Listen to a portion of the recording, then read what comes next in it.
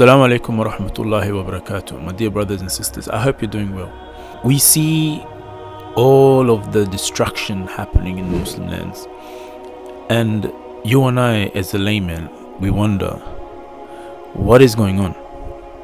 Why are we suffering? Which our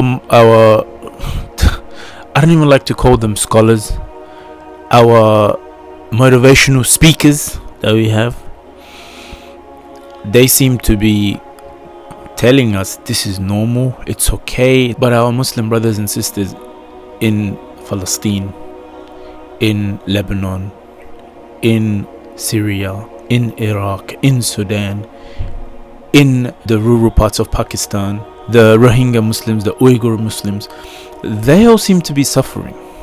But yet, the ones who are giving talks and lectures and have become celebrities, they are busy telling you and I, it's okay, this is normal, it's okay.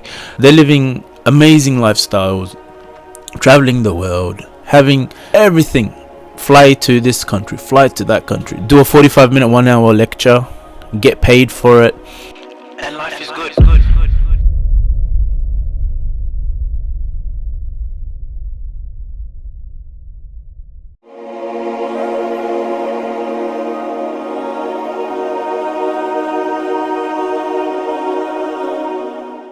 You and I, we're here wondering, wait, I thought we are one Ummah. What happened? Where did we go wrong? I'll tell you where we went wrong, my brothers and sisters.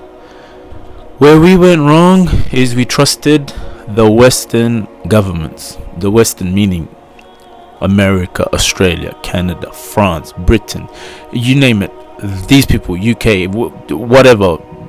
All of these people that you and I trusted as Muslims, when the Quran clearly told us, do not take them as your allies, your motivational speakers took them as allies and said, yeah, they're nice people, it's okay to do dealings with them. 500 years ago, your ancestors, your brothers and sisters in Islam, they interacted, they mixed, they even got married to the First Nations people of Australia before the 1770. More than 500 years ago, Islam was on this continent. Muslims engaged with the indigenous people, a history full of, and is marked with respect, integrity, love, friendship.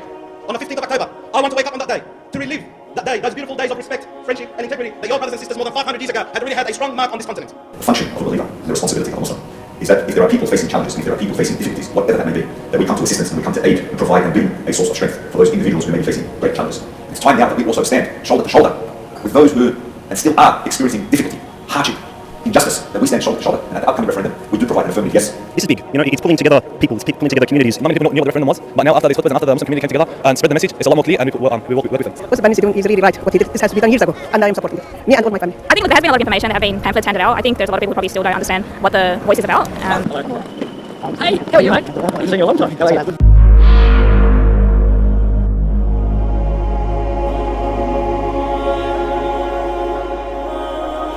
So now we have Muslims being slaughtered, and these I don't even know the words to call them. They don't even have a backbone. They can't even speak out, and if they do speak out, it's so watered down that, like this, for instance, this motivational speaker of ours, that's such a big celebrity. He's got millions and millions of people following him, and yet he speaks about the most useless things right now at this point. Yeah, there was a time where your lectures were beneficial, but right now is not the time for you to be talking about being good to your wife, being good to your husband. Right now is go time, my friend. You need to step up your game. Stop being fearful of the governments. Stop being fearful of these people who you're doing dealings with behind the scene. I get it. You have sold out, and now you cannot protect your own Muslim brothers and sisters. You cannot talk about them without upsetting your masters, and they wouldn't want to do your what is it called? Not multicultural, the thing where you're all religions come together. They have a masjid in Dubai. It's like masjid, church, and a synagogue together, temple, everything. Like, what is this? It is like some sort of a buffet, just all you can eat, come and do whatever. This is not Islam. Islam is where we submit to Allah and we follow the sunnah of the Prophet sallallahu alaihi wasallam to the best of our abilities.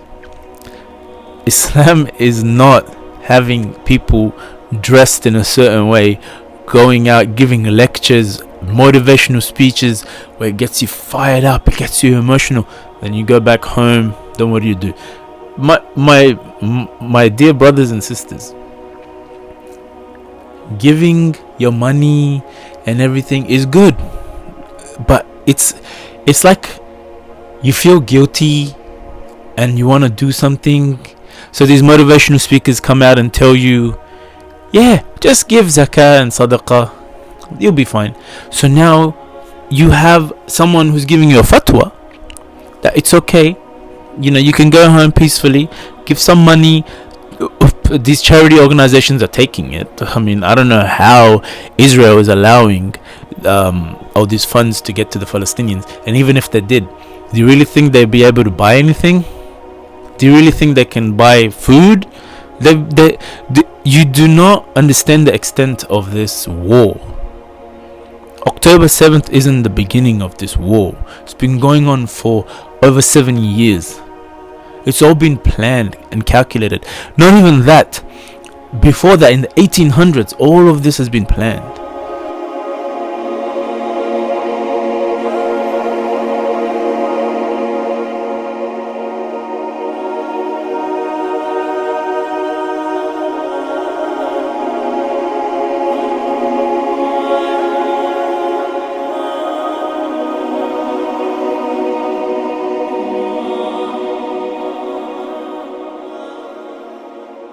I love my Muslim brothers and sisters, don't get me wrong, but you just have too much trust in governments. You have too much trust in these so-called scholars, shuyukh, when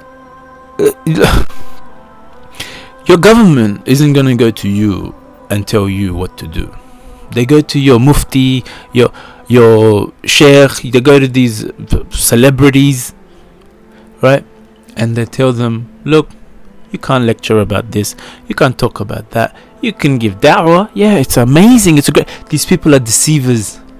It's amazing. Yeah, you're doing the work of God. My brothers, they don't believe in the same Allah as you. Don't get it twisted. Don't stop falling for this, that they don't believe in Allah. Allah has ordered us what's right, what's wrong. We don't follow these people. Do you understand?